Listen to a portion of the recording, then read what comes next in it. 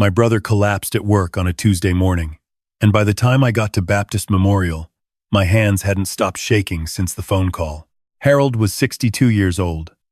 Strong as an ox his whole life, never missed a day of work in 40 years at the plant. But there he was on the third floor, hooked up to monitors, unconscious.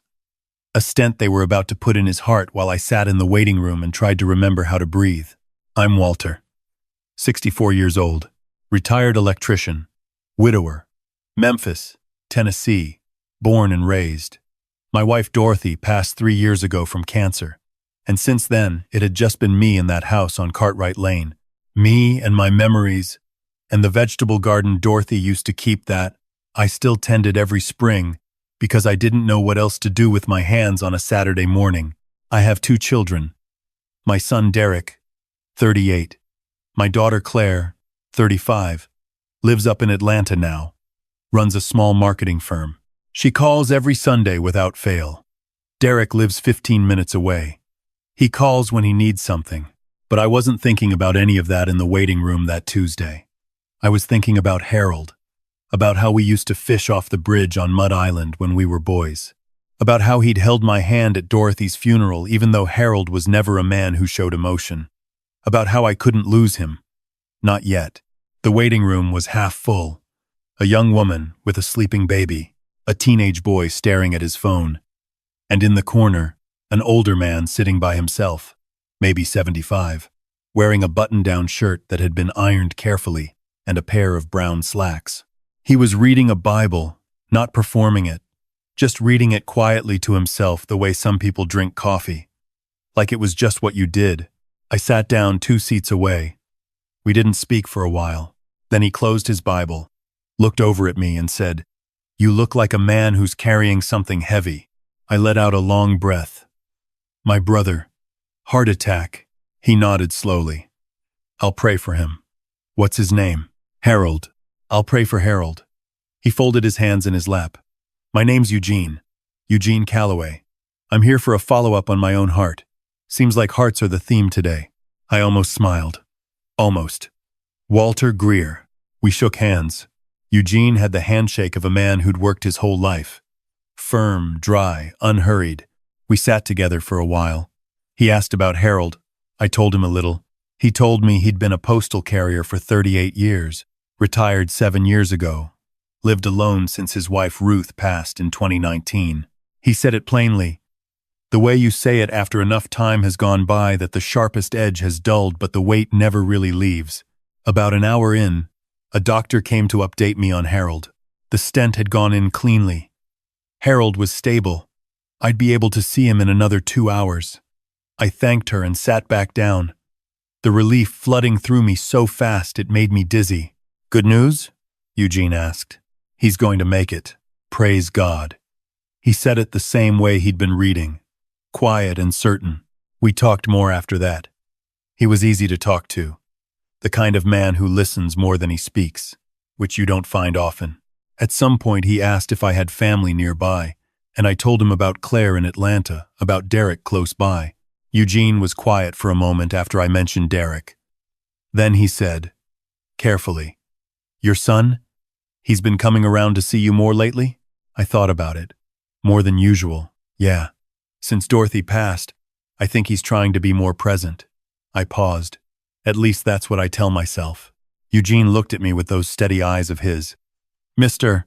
Walter," he said, "I don't usually say things like this to strangers, but I've been sitting here long enough, and I've seen enough in this life, that I try to say the thing that needs saying before the moment passes." He stopped. "Has your son been asking about your finances?"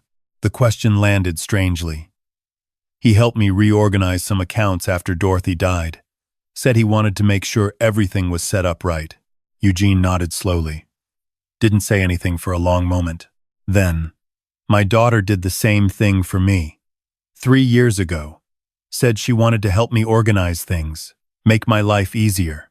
He paused. She had me sign a power of attorney. Told me it was just a formality. Standard document, so she could help pay my bills. 6 months later, I found out she'd used it to drain my savings account. $60,000. Gone. I stared at him. I'm sorry. I'm not telling you for sympathy, Eugene said quietly. I'm telling you because there's something about the way you said it. He's trying to be more present. That's exactly what I told myself. He met my eyes. I just want you to look carefully. That's all. Look at what's actually in front of you, not what you want to see. I didn't know what to say.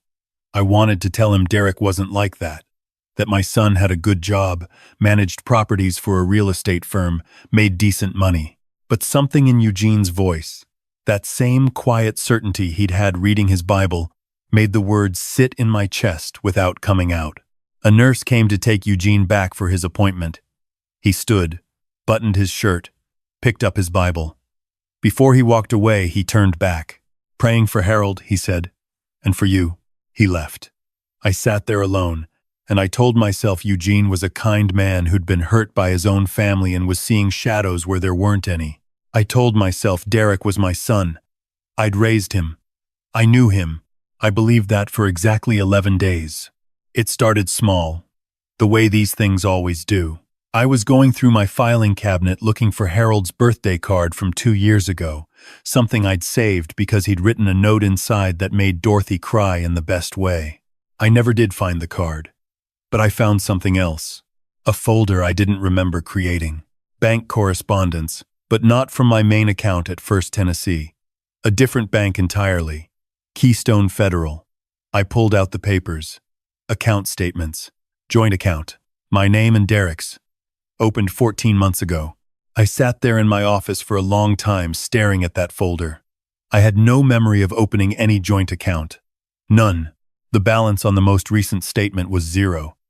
But there was a transaction history, a deposit of $42,000 from my retirement fund 11 months ago. And 2 weeks later, a full withdrawal, $42,000. Deposited and gone. I closed the folder, put it back where I'd found it, went and stood in the kitchen for a while looking out at Dorothy's garden. The tomatoes were coming in strong this year. She would have been happy about that. I didn't call Derek. I didn't call anyone. I just stood there and let what I was seeing try to become real in my mind. The way you have to hold a thing up to the light before you decide if it's what you think it is. The next morning, I drove to First Tennessee and sat down with my account manager, a woman named Patricia who'd handled my accounts for 12 years. I asked her to pull up everything. All transactions. All authorized signatories. All of it.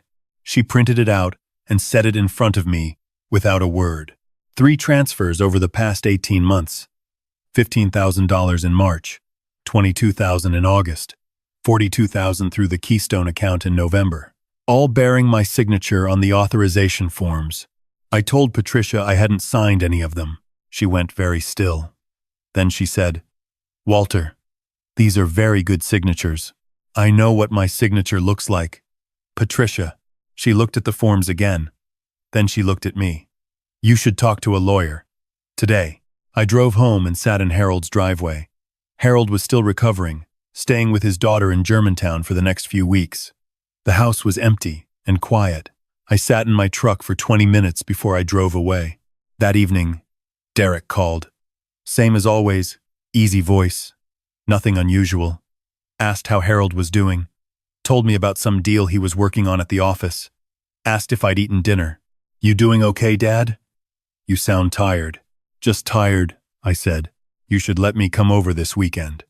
I'll fix that fence panel in the backyard. The one that keeps coming loose." "Sure," I said. "That'd be good." I hung up. Sat in the dark kitchen. My lawyer's name was Randall Hughes. I'd used him for 20 years, since Dorothy and I bought the house. He was 67, slow-moving but sharp, the kind of man who never seemed surprised by anything human beings could think to do to each other. He listened to everything. The joint account, the transfers, the signatures I didn't sign. He asked if Derek had ever had access to my filing cabinet, my checkbook, any documents with my signature on them. Of course he had. I'd let him help me sort through Dorothy's paperwork after she passed. He'd been in that office for hours. Randall leaned back in his chair. "Walter, this is serious, but I want to be thorough before we do anything. I want you to hold off on confronting Derek. Don't change anything. Don't move any accounts yet. I want to bring in someone who can document what we're looking at. The someone was a woman named Sandra Pruitt, private investigator, based in East Memphis. No nonsense. Kept a notepad and never seemed to write in it, but somehow remembered everything. I met her at a coffee shop on Union Avenue. Told her everything. She listened without expression, asked 3 or 4 precise questions, and said she'd have something for me within a week. What she found took less than 4 days. Derek owed money to private lenders, not banks, lenders, the kind that don't advertise. Sandra had pulled court filings, property records, collection notices. Derek's truck was leased and 2 payments behind. He had a second phone number registered to a different address. Most importantly, he was being sued by a lender named Coastal Capital Holdings for $87,000, a loan taken out 18 months ago. Right around when the first transfer from my account appeared, $87,000. Sandra set the papers on the table between us. I stared at them. Outside the coffee shop window, Memphis went on doing what Memphis does on a Thursday morning. "There's more," Sandra said. She turned to the next page. It was a court filing. 3 weeks ago, Derek filed a petition with Shelby County Probate Court. I looked at it. It took me a moment to understand what I was reading. Derek had petitioned to be appointed my legal guardian, on the grounds that I was showing signs of cognitive decline, that I was no longer capable of managing my own financial and personal affairs. He was trying to have me declared mentally incompetent. My hands were flat on the table because if I picked anything up, I wasn't sure I could keep hold of it. The room felt tilted. I kept reading the petition. Derek had written that I'd become forgetful, confused, that I'd made erratic financial decisions. He'd attached a letter from a doctor I'd never heard of, supporting his claims. "I've never met this doctor," I said. "I know," Sandra said quietly. I looked him up. His license was suspended in 2021. He still has an office on Poplar. He charges $700 for letters like this one. I set the papers down, looked out the window at a man walking his dog down the sidewalk like it was any other day. Because for him it was. "If the petition goes through," Sandra said, "Derek becomes your legal guardian. He controls your finances, your property, your medical decisions, everything. My house, your retirement accounts, all of it." I sat there for a long moment. Then I said, "How long do I have before the hearing?" 6 weeks. 6 weeks. I called Randall from the parking lot. He said the same thing Philip had said in the story I'd never heard, which was, "Don't tip your hand. Don't let Derek know you know. Freeze the accounts quietly. Change the will. Get your documentation in order. And then we wait." That night I couldn't sleep. I walked through every room of the house. The living room where Dorothy and I used to watch the news together every evening. The kitchen where the kids used to sit at the breakfast bar on Saturday mornings eating cereal and arguing about nothing. Derek's old bedroom, which I'd turned into a reading room after he moved out. I stood in the doorway of that room for a long time. I thought about Derek at 9 years old, bringing home a catfish he'd caught off the bridge and being so proud he'd stood in the kitchen holding it up for 20 minutes while Dorothy pretended to take pictures. I thought about Derek at 17 telling me he wanted to go into business, that he was going to be successful, that he didn't want to work with his hands like I did. I hadn't taken that personally. I'd been proud of him. How long had this been coming? How many years had he looked at me and seen a balance sheet instead of his father? I found Mrs. Dorothy's Bible on the nightstand. I don't read it regularly the way Eugene did, but I held it for a while. Just held it. Randall moved fast.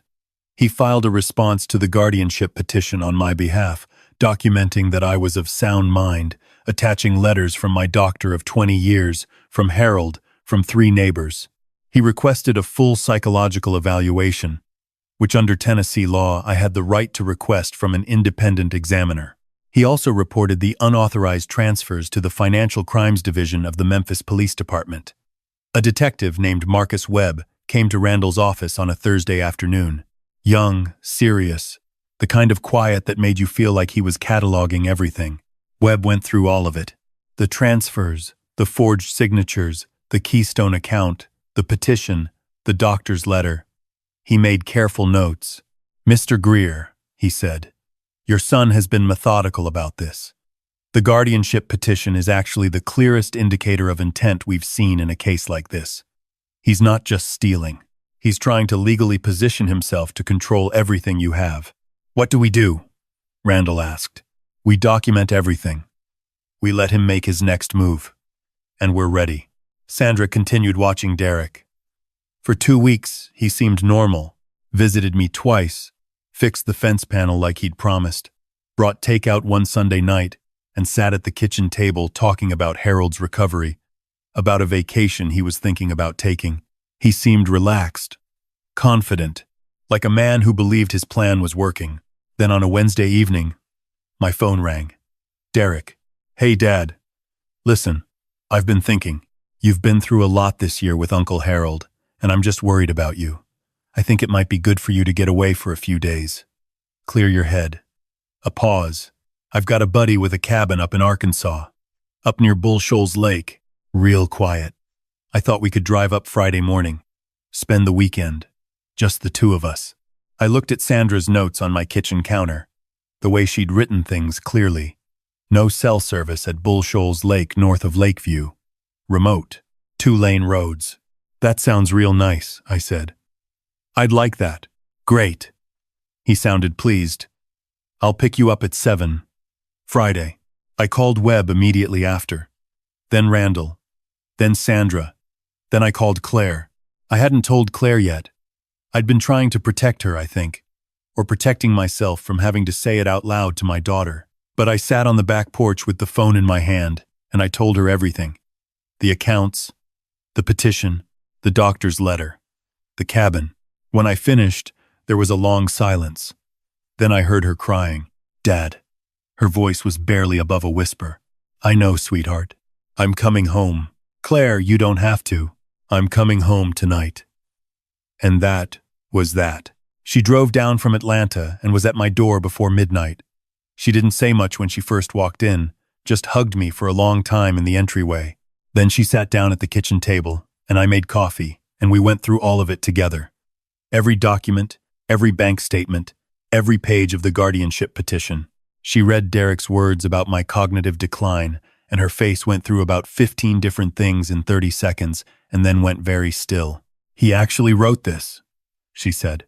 "He filed it with the court." She closed the folder, set her hands flat on the table. "What's the plan?" I told her about Webb, about the weekend trip, about what we were going to do. She shook her head slowly.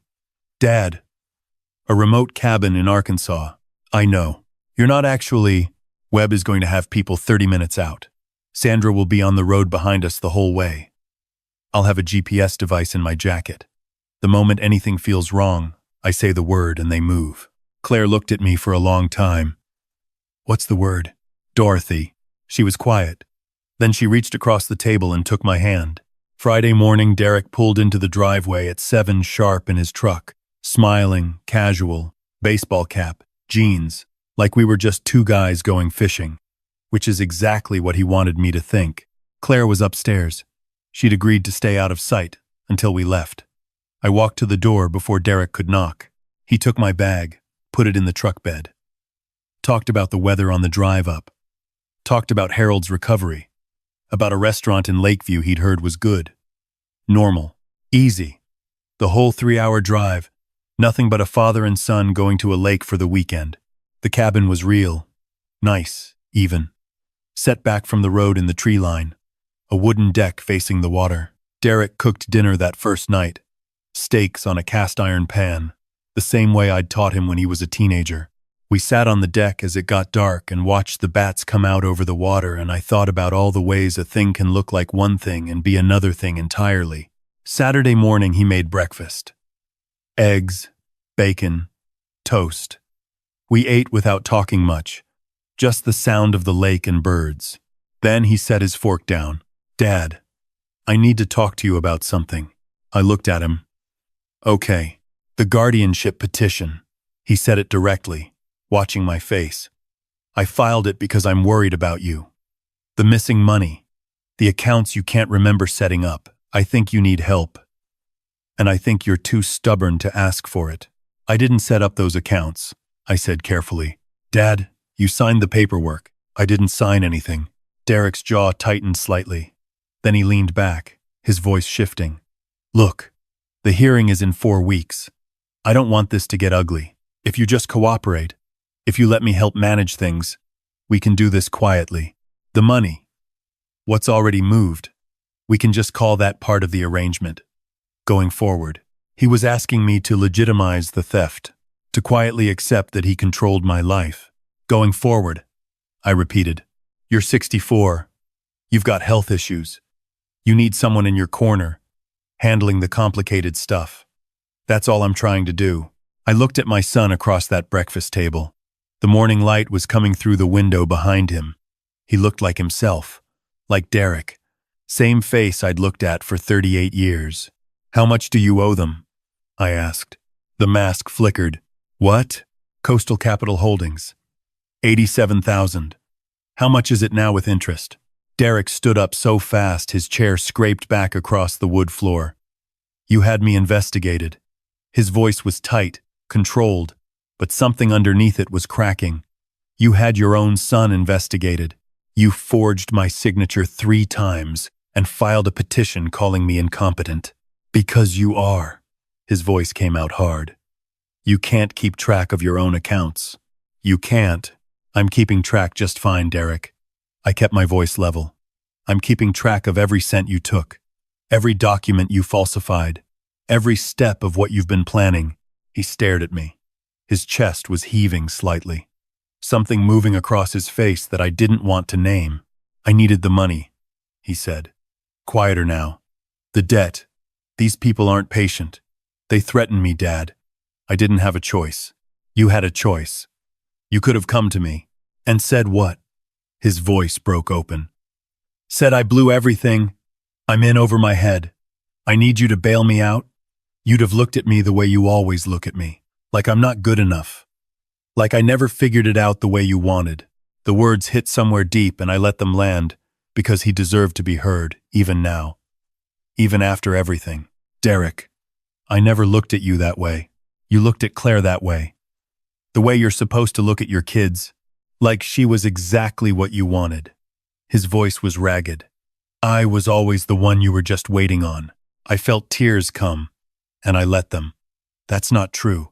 But even if it were, even if I had failed you as a father in every way imaginable, that would not give you the right to do what you've done.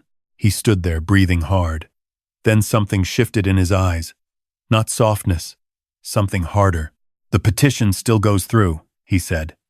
You can't stop it. The judge will see an old man making accusations against his own son. The doctor's letter is on record. There's nothing. Sandra, I said clearly. Derek frowned. What? That's not the word. I corrected myself. Dorothy. From outside, I heard 2 vehicles pulling into the gravel driveway. Derek spun around, looked through the window. Webb's truck. A county cruiser behind it. He looked back at me, and for one moment I saw it clearly. Not anger, not calculation. Just a boy who'd made choices he couldn't come back from, standing in a room realizing it. Dad, I love you, I said. I will always love you, but I can't protect you from what you've done. Webb came through the door. His deputy had Derek's arms behind his back before Derek could say another word. They read him his rights. Derek's face was white, then red, then white again. They walked him out through the cabin door to the waiting cruiser. I sat back down at that breakfast table. Outside the window, the lake was still and silver in the morning light. I sat there for a long time, just looking at it. Sandra drove me home. Claire met us in the driveway and hugged me so hard I could feel it in my ribs, and I didn't care. We stood there in front of the house on Cartwright Lane that Dorothy and I had bought in 1991, the house where Claire and Derek had grown up, and I let myself feel everything without trying to push any of it away. It took 5 months for the case to come to trial. Sandra's documentation was thorough. Detective Webb had everything. The forged signatures were matched by a handwriting expert. The doctor who'd written the letter for the guardianship petition had his remaining license activity flagged. Coastal Capital Holdings cooperated with prosecutors in exchange for being kept out of the civil proceedings. Derek's attorney tried to argue financial desperation, said the pressure of the debt had clouded his judgment, that he genuinely believed I was struggling cognitively and had been trying to help. The jury heard the recordings Sandra had made of Derek's conversation at the cabin. They deliberated for just over 2 hours. Guilty on all charges: fraud, forgery, financial exploitation of a vulnerable adult, filing a fraudulent legal petition. The judge sentenced him to 8 years. Derek was 41 when they let him out of that courtroom. He would be 49 when he got out, if he served the full term. I sat in the front row and watched them take him away, and I felt the same hollow emptiness I imagine every father in that situation feels. Not relief, not justice, just loss. The particular loss of something you'd already been grieving for a long time before you could name it. Claire drove me home. We sat in the kitchen and she made chicken soup, Dorothy's recipe, which she'd learned years ago without telling me she'd written it down. We ate together and didn't talk much, and that was exactly right. The guardianship petition was formally dismissed. The fraudulent transfers were partially recovered through the civil proceedings. Not all of it, but enough. I changed the locks, changed the will, set up a trust with Claire as trustee, and then I thought about Eugene. I'd thought about him many times over those 5 months. The man sitting in the Baptist Memorial waiting room with his Bible and his quiet certainty. The man who'd said the thing that needed saying before the moment passed, and then walked away without asking for anything. He'd saved my life. Maybe not the way you'd say it dramatically, but in every real practical way, he had. Without that conversation, I would have kept making excuses, would have kept seeing what I wanted to see, might have signed something Derek put in front of me one day without reading it closely enough. It took me 2 weeks to find him. Claire helped. We tracked down his address through a mutual acquaintance from the Baptist Memorial Community Outreach Program. He lived in a small house in Whitehaven, on a quiet street with old oak trees. I brought him a sweet potato pie from the bakery on Elvis Presley Boulevard that Dorothy always swore was the best in Memphis. He answered the door in his button-down shirt, brown slacks, like he was always dressed and ready. When he saw me, his face broke into a slow smile. "Walter Greer," he said. "I wondered if I'd see you again." I handed him the pie. "I came to thank you." We sat on his front porch and I told him everything. He listened without interrupting, nodding slowly at certain points, closing his eyes briefly at others. When I finished, he was quiet for a while. "How's Harold?" he asked. "Back to full strength. Stubborn as ever." Eugene smiled. "Good man. Deserves a full recovery." I told him about Derek, about the trial, about the 8 years. His face was still as I described it. When I finished, he said, "And your daughter? She's good. She's thinking about moving back to Memphis, actually. Opening a branch of her firm here. That's a blessing." We sat for a moment in the easy quiet of 2 old men on a porch on a fall afternoon. Then I told him about his daughter. I asked, gently, if they still had any contact. "She's in prison," he said simply. 5 years. I visit her twice a year." He looked out at the street. "Not for her. Not yet. For me. Because I don't want to become someone who carries hatred in his chest and calls it justice." He paused. "Forgiveness isn't for the person who hurt you. It's for yourself. You clear the wound so it can close." I thought about that for a long time driving home. 6 months later, I was standing at the front of the fellowship hall at Second Presbyterian on Poplar Avenue, looking out at a room full of people. Most of them older than 50. Most of them looking at me with the expression I recognized because I'd worn it myself. The expression that says, "I think something is wrong, but I'm afraid to find out I'm right." I spoke for about 45 minutes. Told my story plainly. Told them about the joint account I didn't open. The signatures that weren't mine. The doctor's letter calling me incompetent. Told them what to look for, who to call, what questions to ask their banks, how to read their own documents, what a power of attorney actually does versus what someone might tell you it does. After, a woman came up to me. Late 60s, white hair, a careful, composed expression that was working hard. She said her son had been asking her to consolidate her accounts. Said he wanted to simplify things. She'd thought it was sweet. She'd almost done it that week. She took the list of resources I'd printed. She thanked me 3 times. I told her to call me if she needed help with the next steps. She called 2 days later. Her son had opened a credit card in her name without telling her. $7,000 charged. She hadn't known. We helped her close it. Helped her contact the fraud department. Helped her understand what she was entitled to under Tennessee law. Claire had joined me by then, handling the organizational side, making calls, setting up meetings with a pro bono attorney we'd brought into the effort. We called what we were doing the Callaway Project. After Eugene, he didn't want his name on anything, but I told him it wasn't up to him and he laughed, which I counted as agreement. In the first year, we helped 31 families in the greater Memphis area. Stopped just over $1 million in financial exploitation from being completed. Helped 4 people successfully fight fraudulent guardianship petitions. I think about Dorothy when I'm at those meetings.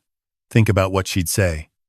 She'd probably tell me I was being dramatic and then cry a little and tell me she was proud of me, in that order. She was practical like that.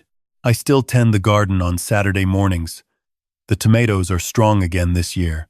I sat out there last Saturday with Harold, both of us in the old metal chairs we'd had since the 90s, drinking coffee and not saying much. He's got a little gray in his beard now since the heart attack, moves slightly more carefully than he used to, but his eyes are the same. Harold's eyes never changed from the time we were boys. "You all right?" he asked me at some point. "Yeah," I said. "I think I actually am." He nodded. We sat there, watching the garden come in. I see Derek's name in documents sometimes. Updates from Randall on the civil case, recovery of assets. I don't visit, don't write. I don't wish him harm. But I've had to accept that some doors, once they close, protect you more than they cost you. That's a hard thing to carry, and I carry it anyway because it's true. My grandson's name is Caleb. He's Derek's boy from a relationship that ended years before all of this. He's 12 now. Lives with his mother in Cordova. I call every week. Send him books he may or may not read. Show up to his baseball games in the spring because he pitches, and he's good, and he deserves someone in the bleachers who's there just for him. I sign every letter the same way. I love you, buddy. Grandpa Walter. Because he deserves to know that. Whatever happened between me and his father, Caleb is innocent. He's 12 years old and he's going to need someone in his corner when he's older. Someone who won't lie to him, won't take from him, will just stand in the bleachers and be there. I intend to be that person. On my desk, I keep a small photograph of Dorothy in a frame I bought at a hardware store years ago because the original broke and I never got around to replacing it with something nicer. She's laughing in the picture, standing in the garden, holding up a tomato like it's a trophy. That's the image I want to keep. That's the one I reach for when things feel heavy. Next to it is a note in Eugene's handwriting, written on a card he'd mailed me after I'd been to his house. 3 sentences. "You saw the truth when it was time to see it. That's enough. Now use what you survived." I read it most mornings. Not because I need reminding exactly, more the way you keep a compass in your pocket even when you know the direction you're walking. You keep it because it helps you stay honest with yourself. The hearing I spoke at last week. A man came up after, maybe 70, heavy set, work boots, the look of a man who'd spent his life outdoors. His eyes were red. He told me his daughter had just been appointed his joint account holder. Said she'd told him it was for his own good, that he was getting older, that she just wanted to help. He'd heard something in that he couldn't name. That's why he'd come tonight, he said. He didn't know if he was being paranoid. I looked at him. "You came here instead of staying home and ignoring it," I said. "That's not paranoia. That's your instincts working exactly the way they're supposed to work." He nodded slowly. Asked what he should do first. I told him. Sat with him for a half hour after everyone else had gone home, going through his options, what to ask, who to call, what to look for. When he left, he shook my hand at the door. Held it a little longer than a regular handshake, the way people do when they mean something by it. "Thank you," he said. "Call me if you need anything," I said. "That's what I'm here for." I drove home through Memphis in the dark, windows down, the warm October air coming through, the city lights on the water down near the bridge. Memphis at night has always looked like it's trying to tell you something. I've never quite figured out what. I know what I know now. I know that love doesn't obligate you to stay in harm's way. I know that family is made of more than blood.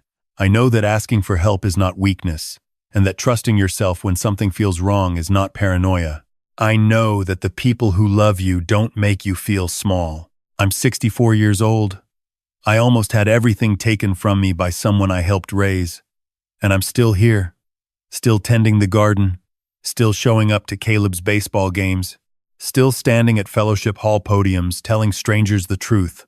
I wish someone had told me sooner. If you're listening to this, and something in it sounds familiar, I need you to hear me. You are not being dramatic. You are not being disloyal. You are not betraying your family by protecting yourself from people who would take everything from you and call it love. Look at what is actually in front of you, not what you want to see. That's what Eugene said to me in a hospital waiting room on a Tuesday morning when I was a stranger to him and he had no reason to say anything at all. He said it anyway, because it was the right thing to do. Now I'm saying it to you.